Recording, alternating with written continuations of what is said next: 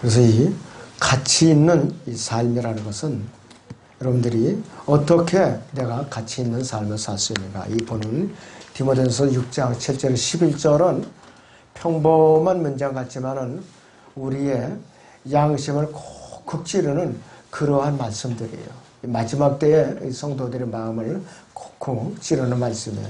그래서 이 가치 있는 삶이라는 주제는 우리가 공부를 하면 할수록 더 소중한 주제예요. 이 세상에는 수많은 인종과 사람들이 아주 뒤엉켜 살고 있어요. 그래서 아담 안에서 타락한 상태로 태어난 사람들은 자기들 나름대로 가치 있는 삶을 살아보려고 아주 굉장히 애를 많이 쓰고 있어요. 어떤 사람은 공부를 많이 해서 유명한 또 존경 많은 교육자로서, 또 어떤 사람은 또 연습을 좀 많이 해갖고 유명한 운동선수로서, 또 어떤 사람들은 법률가로, 또 사업가로, 또 정치가로서, 자선사업 등으로서 자신의 이름을 내고 명예를 드높이려고 굉장히 애를 쓰고 또 그 이름을 또 자랑하기도 합니다. 그리고 스스로 또 가치 있는 삶을 내가 살고 있다, 이렇게 이제 주장을 하고 있어요. 그런데 진정한 이 삶의 가치를 얻으려면 먼저 최우선적으로 해결할 것이 있어요. 어떤 것인가 있어요. 바로 자신이 아예 죄인으로 태어났다. 내 영이 죽어서 태어났고 혼이 타락해서 태어났다. 이것을 빨리 알아야 되는 것이에요. 가치 있는 삶을 하는 지름길이. 그리고 자신이 죄인이라는 걸 빨리 인정하고 예수 그리스도 갈보리 십자가에서 이루어놓으신 구속사역을 사실 그대로 받아들여서 영원한 생명을 얻고 헌신함으로써 하나님의 뜻을 올바로 찾아내서 그 하나님의 뜻 안에서 살아가고 있는 것, 이것이 가치 있는 삶의 정의예요, 바로. 근데 사람들이 이거하고 아주 영 동떨어진 전혀 관계없는 삶을 살면서 가치 있는 삶을 살고 있다 그래요. 수많은 교인들이 그렇게 살고 있어요. 특히 자선 사업을 한다는 사람들, 가치 있는 삶과 동떨어진 삶을 살고 있어요. 자기가 주님께서 가르쳐주신 뜻 밖에서 살고 있으면서도. 이 자선사업은 구원받지 않은 사람들도 얼마든지 할 수 있어요. 얼마든지 할 수 있어요. 그러나 우리가 가치 있는 삶을 산다는 것은 하나님의 뜻 안에서 살아야 되는 것이죠. 그래서 하나님의 뜻을 올바로 찾아서 그분의 뜻 안에서 삶을 사는 것이 가장 가치 있는 삶이죠. 이것이 바로 가치 있는 삶을 살기 위한 전제 조건이에요. 이 전제 조건이 해결되지 않으면 그 사람은 가치 있는 삶을 살 수가 없어요. 이 세상 모든 사람들이 제 아무리 가치 있는 삶을 살았다고 증거할지라도, 주장할지라도 그렇지 못한, 구원받지 못한 상태에서도 저마다 가치 있는 삶을 살았다고 누가 주장할 수 있는가? 살고 있다고 누가 주장할 수 있는가? 하나님 앞에 감히 그런 사람이 있다면은 한번 말씀에 비춰서 보면 되죠. 그래서 말씀에 비춰서 아니다. 그 사람은 가짜예요. 가치 있는 삶을 살고 쓰는 것이 아니라 자기 배를 채우기 위해서, 자기 목적을 위해서, 자기 취미를 이제 만족시키기 위해서 사는 것에 불과하다 이것이에요. 그렇다면은 가치 있는 삶을 살려면은 지금까지 말씀드린 서로는 전제 조건이에요. 그렇다면 가치 있는 삶을 살려면은 우리가 몇 가지를 필요로 하는데, 제가 세 가지 조건을 이 시간에 말씀드려요. 첫째는 그리스도의 고난에 참여해야 돼요. 그리스도의 고난에 참여해야 된다 했어요. 베드로전서 4장을 보겠습니다. 12절에서 14절을 보죠. 베드로전서 4장 12절에서 14절을 보겠습니다.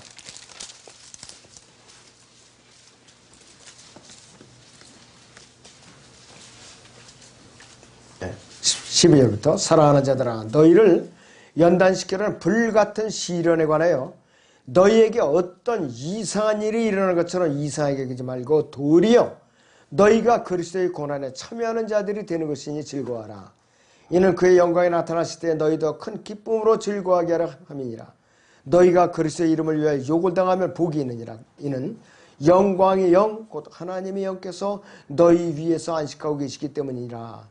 그들이 편에서는 그분께서 비방을 당하시나 너희 편에서는 영광을 받으시느라 그랬어요. 자, 주님의 고난에 동참하지 않으면 아무 의미가 없어요. 내가 아무리 가치 있는 삶을 살다고 나 혼자 주장할지라도 하나님께서 인정을 하지 않으셔요.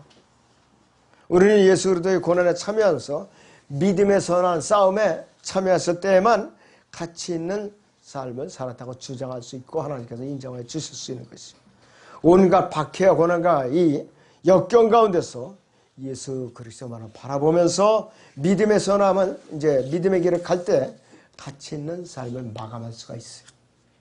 우리가 세상을 살 때 우리가 그런 고난과 박해와 시련은 지극히 정상적인 것이에요. 욥기 5장 7절에서도 이 사람은 고생하려고 태어났다 이거였어요. 그런데 왜 호강하려고 안간힘을 쓰느냐, 몸부림을 치느냐 이것이에요. 그러니까 눈만 또 아침에 눈만 떴다 하면 어떻게 하면 내가 돈을 더 많이 벌까? 어떻게 하면 더 많이 벌까? 그러니까 365일 안식이 없는 거예요. 휴식이 없어요. 일하는 기계란 말이에요. 그냥 육체만 입었을 뿐이지. 내 혼은 아직도 타락한 상태에 있고 내 영은 아직 죽어 있는 상태예요. 가족들을 먹여 살린 거에는 좀 충실한 가장이 될 수는 있어도 하나님 앞에는 뭐냐? 아무것도 아니에요. 아무것도 아니에요. 자, 그래서 우리가 겪고 있는 고난과 박해, 시련은 지극히 정상적인 거다. 하나도 이상할 것이 없다 이것이. 그런데 자칫하면은 왜 나만 이렇게 고난을 겪고 있나? 내가 큰 죄를 져서 고난을 겪고 있나? 이렇게 착각을 하기가 쉬워요. 이거 우리가 명심해야 돼요. 조금이라도 시련과 고난과 박해가 따르면은 가장 먼저 불평이 터져나와요. 원망이 또 쏟아져 나와요. 좌절하게 되죠. 믿음의 선한 싸움을 아예 포기하거나 두려움에 사로잡힐 것이 있고 고난과 시련을 겪지 않고 또 어떻게 하면은 다른 지체들과 비교하면서 시기하고 질투하고 또 내가 쉽게 이제 돌아갈 수 있는 길이 없는가 겪는지를 요것만 또 찾게 된다 이것이. 올바른 자세가 아니에요. 정말 올바른 자세가 아니다 이것이.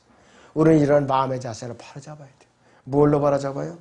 말씀을 통해서 계속 정화되는 거예요. 그러면서 자꾸 다잡는 거예요. 하나님 앞에 진정한 의미 있는 가치 있는 삶은 무엇인가 이것이에요. 믿음의 선한 싸움을 끝까지 내가 마치는 것이에요. 그러기 위해서는 교회 중심으로 내 삶의 중심이 교회 중심으로 집중이 되어야 돼요. 경건한 생활을 해야 된다 이것이에요. 주일 예배를 비롯해서 모든 삶의 중심이 교회 중심으로 살아야 될 것이에요. 자, 1년에 한두 번씩 우리가 수련회를 가야 되는데 지난해는 지금 못 갔어요. 어떠한 이유에서든지 그 일정을 다른 사람들한테 스케줄을 짜갖고 비워놔야 되는 거예요. 그래갖고 서로 마음에서 마음을 통하면서 하룻밤 이제 교제하면서 서로의 마음을 알고 어려움이 무엇인가 기도해주고 이제 속을 털어놓고 교제하는 거. 이것이 서로를 결속시키는 최상의 도구예요.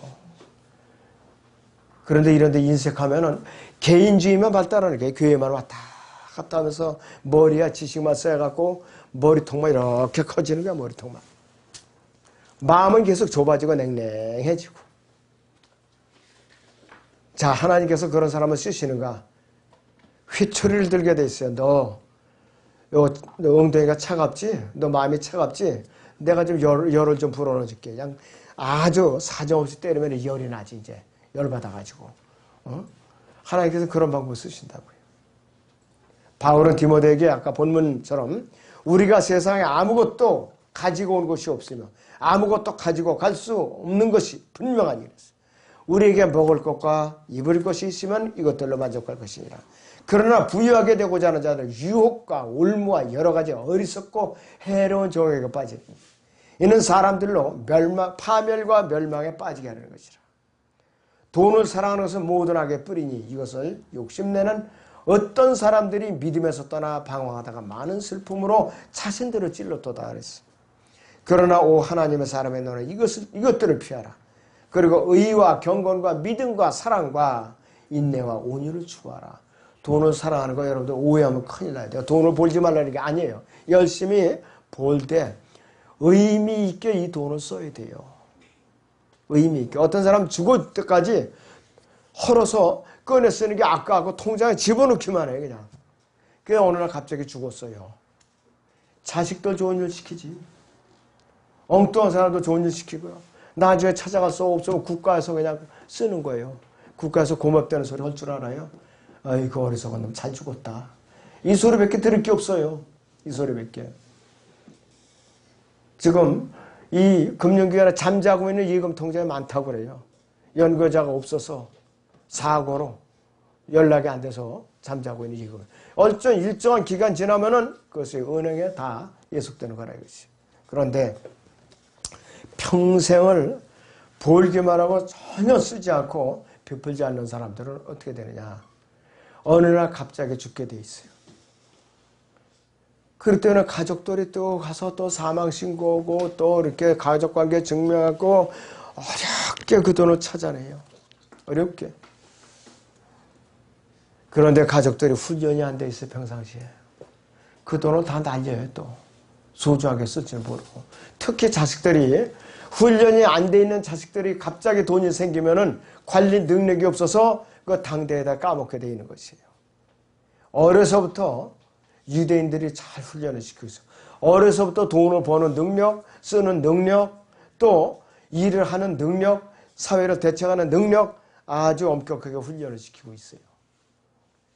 우리나라 부모들은 아이들한테 고기를 계속 갖다 고소 먹여 떠서 그냥. 유대인들은 훈련을 시키면서 고기를 잡는 방법만 가르쳐줘요. 절대로 고기를 갖다가 입에다 안 넣어줘요. 그러니까 생활력이 강한 거예요. 너무나도 교육의 방법에 차이가 많은 것이에요. 우리는 적응력이 없는 공부를 가르쳐주는 거예요. 적응력이. 대학을 나올 때 일자리가 없어. 왜? 막상 일을 시켜볼까 뭐든지 못하는 거예요. 뭐든지 해야 되는데. 그러니까 어떻게 너 쓸모없어. 퇴짜놓는 거예요. 그렇다고 또 어디 가서 지게지게 또 싣고 막노동하기는 그 체면이 있고 안 하는 거예요. 또 고등실업자가 돼갖고. 어디 가서든지 적응할 수 있는 그런 교육을 받아야 돼요. 어디 가서든지. 엄격하게 말하면요. 졸업을 해도 실무 교육은 다 헤쳐나갈 수가 있어요. 받아가지고. 독일의 마이스터 고등학교가 아주 유명한데요. 거기는 고등학교만 나오면은 7년 내지 10년만 지나면 대학교 나오고 똑같은 대우예요. 지금. 마이스터 고등학교 나오면. 그래서 명장이라고 그러죠. 마스터라고 그래갖고 우리도 기능장. 그 위에가 명장이에요. 바로. 기능사로 올라간 사람들이. 그런 사람들이 일반 대학 나와갖고 적응력이 없는 손에 기술이 없는 사람보다 더 생활력이 강하더라 이것이에요. 가치 있는 삶을 살려면 어떻게 해야 되는가. 오직 달려갈 길을 잘 마쳤을 때에만 평가를 받는 거예요. 과연 가치 있는 삶을 살았다 이것이. 누가복음 9장 62절을 보죠. 누가복음 9장 62절.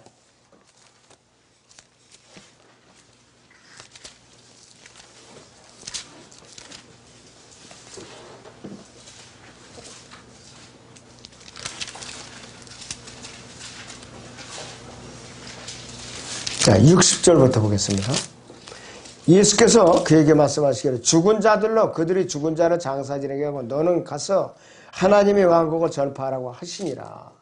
또 다른 사람들 말씀드리 주여 내가 주를 따르겠나이다. 그러나 먼저 내 집에 있는 가족들에게 작별을 고하게 하여 주소서라고 하니 예수께서 그에게 말씀하시기를 손에 쟁기를 잡고 뒤를 돌아보는 자는 하나님의 왕국에 적합하지 아니하노라고 하십니다.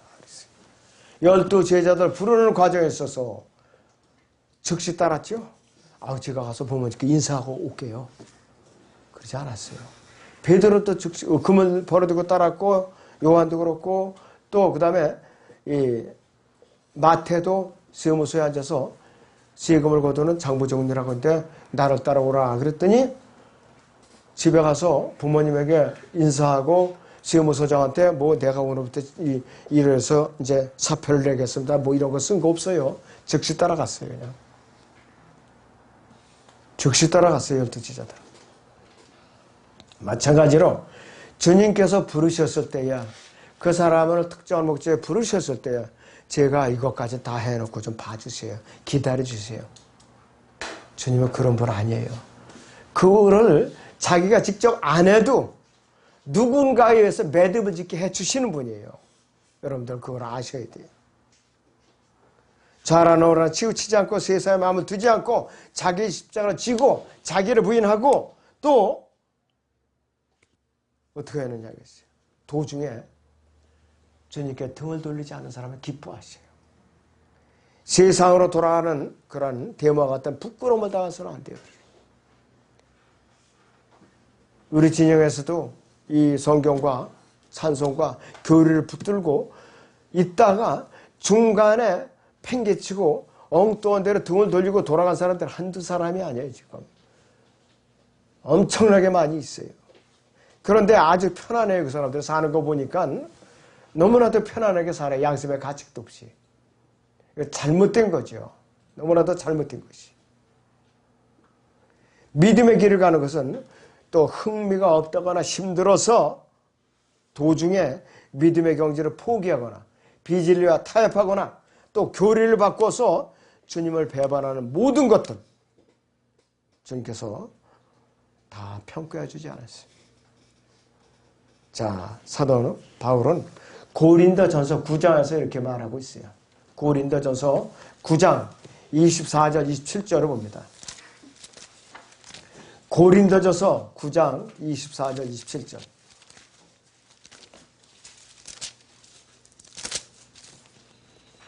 경기장에서 달리는 사람들이 모두 달릴지라도 한 사람만이 상을 받는 것을 너희가 알지 못하느냐? 그러므로 너희도 상을 얻게 되도록 달리라. 이기려고 애쓰는 사람은 누구나 모든 일에 차지하나니 이는 그들은 썩어질 면류관을 받으려 하지만 우리는 썩지 않은 면류관을 받고자 함이라. 그러므로 내가 그처럼 달리되 불확실하게 하지 아니하며 또 내가 그처럼 싸우되 허공을 치는 자같이 아니하노라. 내가 내 몸을 억제하여 복종하게 하면 다른 사람들에게 전파한 후에 어떻게 해서든지 내 자신이 버림을 받지 않게 하려는 것이라 했습니다. 옛날에 마라톤이 처음에 생겼을 때는요, 스타트로 해서 처음으로 들어온 사람, 그 사람에게만 월계관을 씌워줬어요. 그 사람에게. 지금은 5등까지 상을 줘요. 마라톤은. 월드컵은, 축구는 4등까지 상을 줘요. 그 당시에는 딱 첫 번째로 들어온 사람은 월계관을 씌워주는 거예요. 나머지는 없어요. 아깝잖아요. 41.195km예요. 42점. 자, 그런데 아테네 그 전쟁이 났을 때 어느 병사가 승전 소식을 알리려고 죽을 힘을 다해가지고 알리고 죽었어요. 와가지고 너무 지쳐가지고. 그거를 기념하기 위해서 마라톤 대회가 열린 거래요. 그것을 기념하기 위해서. 얼마나 죽을 힘을 다해서 뛰었으면은, 자, 와서 그냥 넘어져서 죽었을까, 이것이. 자, 우리가 그 정도로 열심히 달린다면은, 믿음의 선한 싸움을 위해서 달린다면은, 우리의 상급은 아주 풍성하게 보장되어 있는 것이에요. 그런데 그렇게 여러분들이나 저나 달려왔는가? 양심의 거울에 우리 비춰보면은 다 부족하죠. 다 부족해요. 부끄럽고 부족하다 이것이. 안 늦었어요. 지금이라도 우리가 마음을 가다듬고 다시 하면 되는 것이에요. 다시. 자, 그래서 옛날에 마라톤 경기에서 결승점에서 딱 태표를 끌 때 애석하게도 한 사람만 딱 인정을 해주는 거예요. 너무 아깝잖아요. 그 차점 들어가는 사람들. 요즘은 비디오 테이프로다가 판독을 해요. 비슷하다. 안 된다면은 딱 보면은 요 발이 반발이나 3발이나 4발이나 먼저냐 나중이냐 아주 세밀하게 판단하더라고요. 우리가 보기엔 판단이 안 되던 거지. 그런데도 비디오로 다 판독을 해내요. 그것도. 그래갖고 이제 시비를 가리더라고요. 자, 예수님께서 명령하신 믿음의 경주는 우리가 재미삼아서 하는 것도 아니에요. 또 남이 보라고 봐달라고 하는 경기도 아니겠어요. 이 경주는 상을 타기 위해서 필사적으로 이기기 위해서 달리는 경주예요. 자, 그런데 오늘날 세상 지향적인 그리스도인의 문제는 뭐냐 이겠어요. 그들 자신을 십자가 못 박고 믿음의 경주에서 이기기 위해서 있는 힘을 다해서 달리지 않는데 문제가 있는 것이에요. 여러분들 그 학교 다닐 때 트랙 경기 많이 해봤죠? 그 운동장에 쉰 가루 이렇게 쭉 뿌려놓고 트랙을 따라서 이렇게 달리게 돼 있잖아요. 육상 경기인데. 그런데 사람들이 발걸음이 좀 이렇게 연습이 안 된 사람들 자꾸 남의 트랙을 밟아 왔다 갔다 달리면서 그 사람들 다 실격이에요. 타치하면 안 돼. 남의 라인을 갖다가. 근데 내가 이렇게 타치하지 않고 싶어도 아차하고 타치하고 지나가는 거예요. 밟고. 그러면 실격이에요. 어떤 사람은 아깝게 결승점에 거의 다 들어왔는데 그걸 밟을 사람이 있어요. 국제 경기에서도 그걸 밟는 사람이 있더라고요. 그래갖고 실격, 퇴장당하는 거예요. 유명한 선수들이 또 그런 실수를 해요. 또 이름 없는 선수들에게 또 이게 그 자리를 내주고 말아요. 아주 억울하죠 그런 사람들. 그래서 그 19초 9, 9초 8 거기까지가 아마 신기록일 거예요 지금. 그래서 이제 그 이제 총알이라고 그러죠 그런 사람들은. 인간 총알. 아주 그렇게 해서 택시하고 달렸을 때 누가 제일 빠르냐. 엇비슷하더라고요. 100m 이내. 자, 경기 도중에 자기 트랙에서 이탈하면 무조건 자격을 다 잃어버리고 마는 것이. 여기에 더해서 어떤 사람들은 아예 남의 트랙으로 이탈해서 달리는 사람도 있어요. 또 아마추어도 서시고. 그러면 그 뒤에 따라오는 사람들도 등을 받아치고 또 넘어져요 같이 또. 이런 사람들도 있어요. 빨리 비켜주긴 하지 왼수같이 비켜주지도 않고 거기서 방해물이 된다 이것이. 내가 과연 그런 짓을 안 했는가 지금까지. 믿음의 선한 싸움을 하면서 내가 그런 짓을 안 했는가 이것이.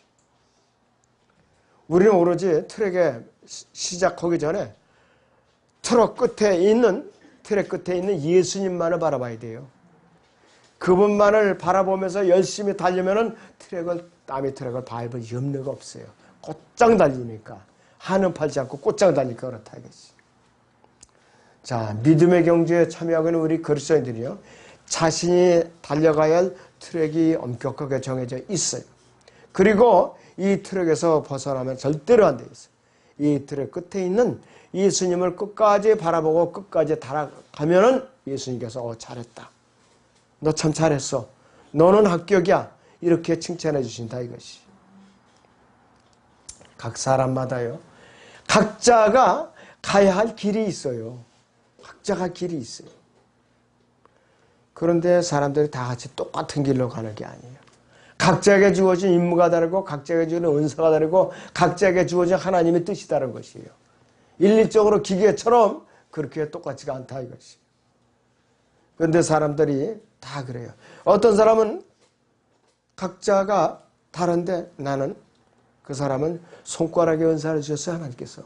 근데 나는 머리가 되겠다고 그냥 발버둥을 치고 안 되는 거죠. 그거는. 어긋나는 것이. 참 불협화음이 나게 돼 있어요. 자, 여러분들 우리가 달릴 때 트랙을 달릴 때 응원하는 사람은 우리가 신경 쓰지 말아야 돼요. 관중도 신경 쓸 필요가 없어요. 예수님만을 바라보고 달려야 된다 이것이. 그런데 어떻게 해서든지 응원해 주기를 바라는 사람들이 있나면 두리번기리고 달려요. 그건 실격이 뭐나 많아. 그리고 어떤 사람들은 내 뒤에 누가 얼마나 따라오나 힐끗힐끗 또 뒤로 돌아보는 사람들이 있어요. 달리면서. 그 사람은 결승전에 가면 나중에 이제 뒤지고 말아요. 습관적으로 그렇게 뒤로 돌아보는 사람들이 있어요. 자기가 좀 잘한다 이거예요. 얼마나 따라왔나 하고. 근데 방심하는 사이에 뒷사람이 결승전 쪼갖고 그냥 팍 밀고 나가버리죠.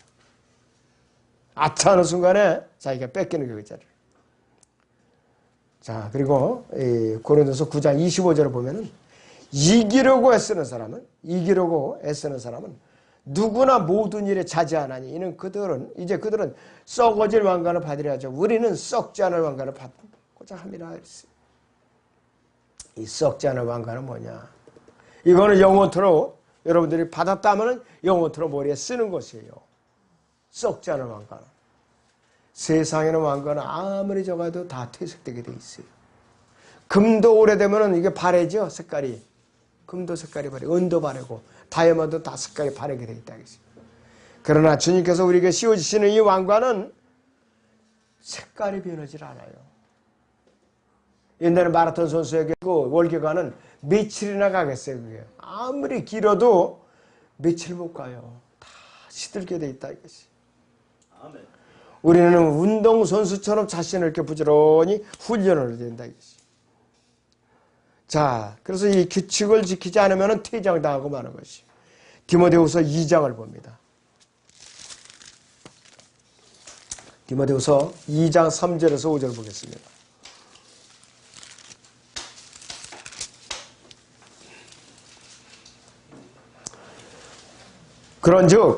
그런즉 너는 예수 그리스도의 훌륭한 군사로서 고난을 견뎌내라. 전쟁이 임하는 자는 아무도 이생 일들에 얽매이지 아니하나니 이는 자기를 군사로 뽑은 자를 기쁘게 하려 함이니라. 또 이기려고 애쓰는 사람이 규칙대로 하지 아니하면 이 면류관을 얻지 못하라. 즉 왕관을 얻지 못하라. 이렇게 말씀을 하고 있어요. 분명히 경고에 우리에게 정신을 차리라는 경고라 이것이에요.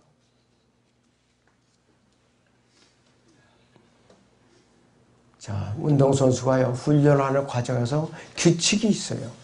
반칙을 하면 안 돼요. 자, 체중 조절을 잘해야죠. 과식하면 안 돼요. 또, 훈련을 기울이려면은 경기에 임했을 때 자꾸 반칙만을 일삼게 되고 뒤지게 된다 이것이. 이 시대에 육신적인 그리스도인들이 슬로건이 뭐냐? 무조건 이겨야 된다. 이겨야 된다 이것이.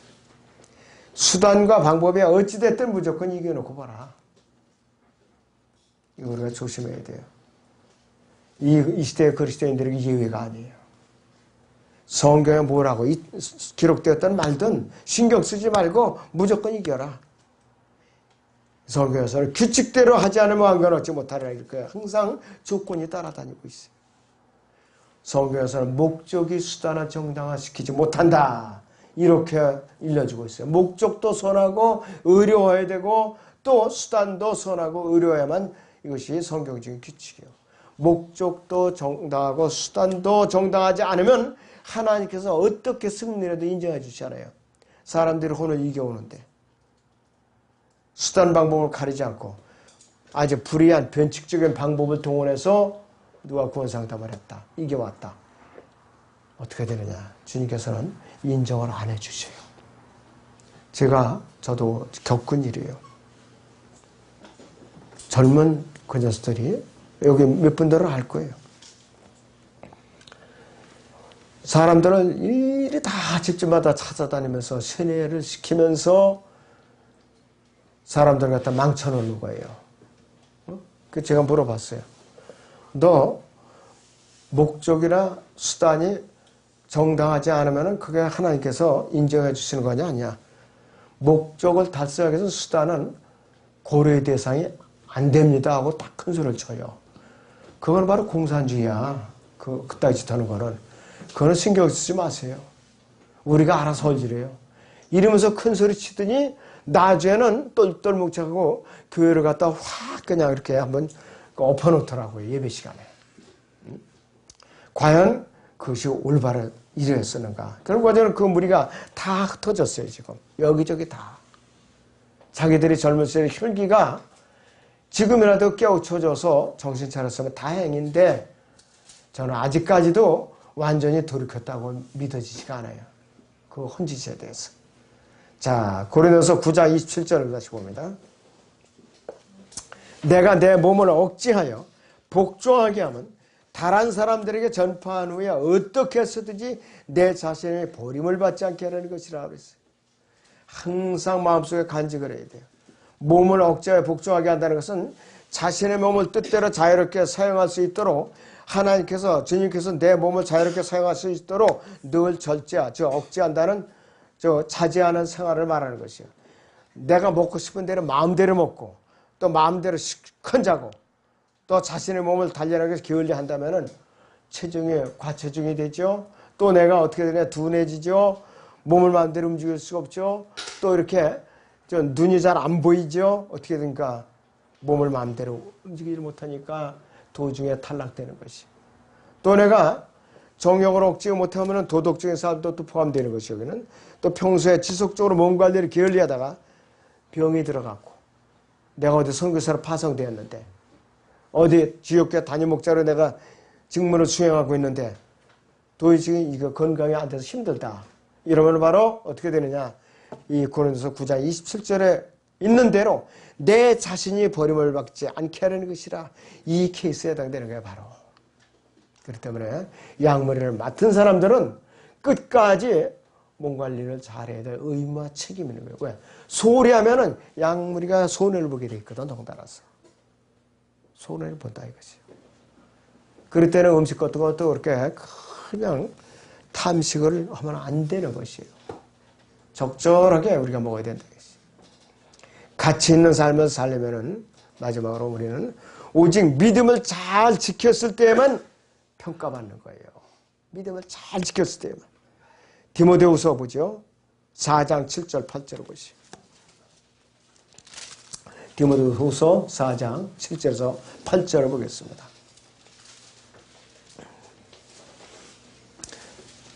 내가 선한 싸움을 싸우고 달려갈 길을 마치고 믿음을 지켰으니 이후로는 나를 위하여 의의